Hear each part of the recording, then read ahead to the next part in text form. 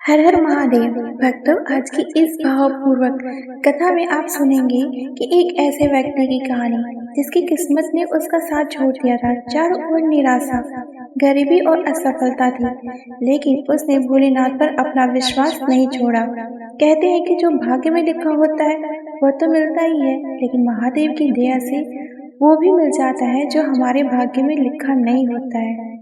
यह शिव की कथा हमें सिखाती है कि सच्ची श्रद्धा, विश्वास और भक्ति कभी व्यर्थ नहीं जाती। महादेव अपने भक्तों की पुकार अवश्य सुनते हैं और सही समय आने पर झोली भी खुशी से जरूर भरते हैं। ओम नमः शिवाय।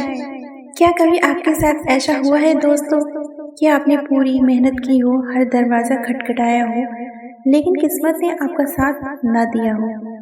क्या कभी ऐसा लगा है कि शायद भगवान ने आपकी झोली खाली रखी हो या लिखना ही भूल गए हो?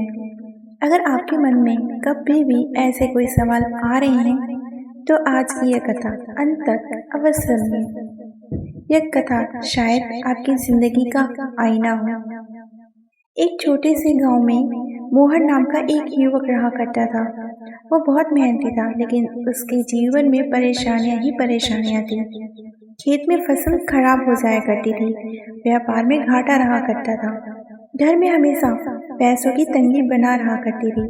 गांव वाले कहते मोहन के भाग्य में सुख नहीं लिखा।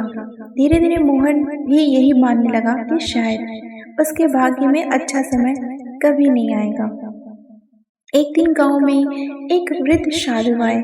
मोहन ने उनकी सेवा बड़े ही दिलो जान से की और अपने दुखों को भी सुनाया, क्योंकि जो अपने होते हैं वही तो दुखों को सुनते हैं ना।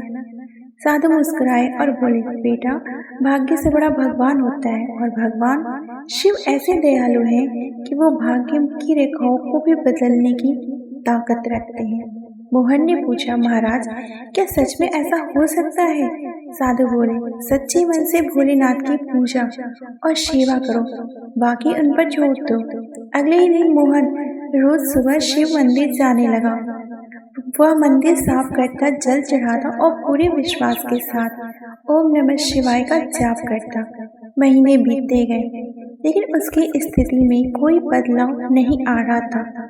कई लोगों ने उसका मजाक उड़ाया, क्यों मोहन, तेरे भोलेनाथ ने अब तक कुछ भी नहीं किया? मोहन मुस्कुराकर कहता, शायद अभी मेरी परीक्षा चल रही हो। उसका विश्वास डगमगाता नहीं था अपने आराध्य से।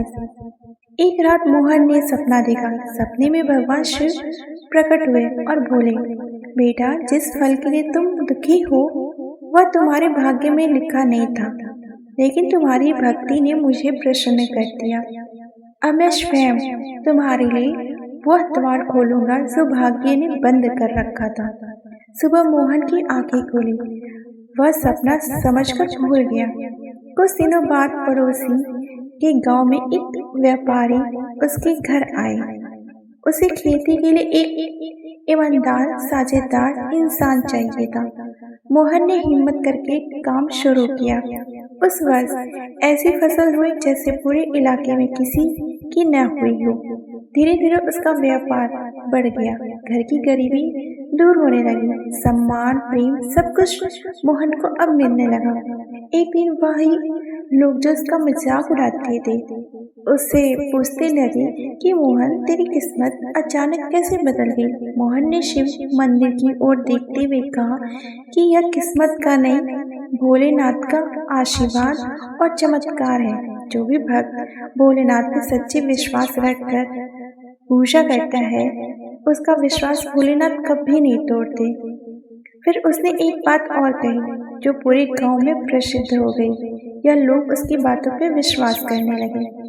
जो भाग्य में लिखा होता है वह तो मिलता है भोलेनाथ की दया से, लेकिन जो भाग्य में नहीं लिखा होता है वह भी भोलेनाथ की सच्ची भक्ति से मिल जाता है।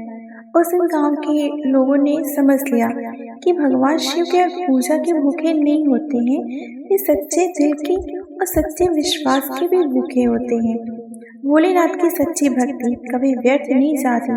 भाग्य सीमित हो सकता है, लेकिन महादेव की कृपा असीमित होती है।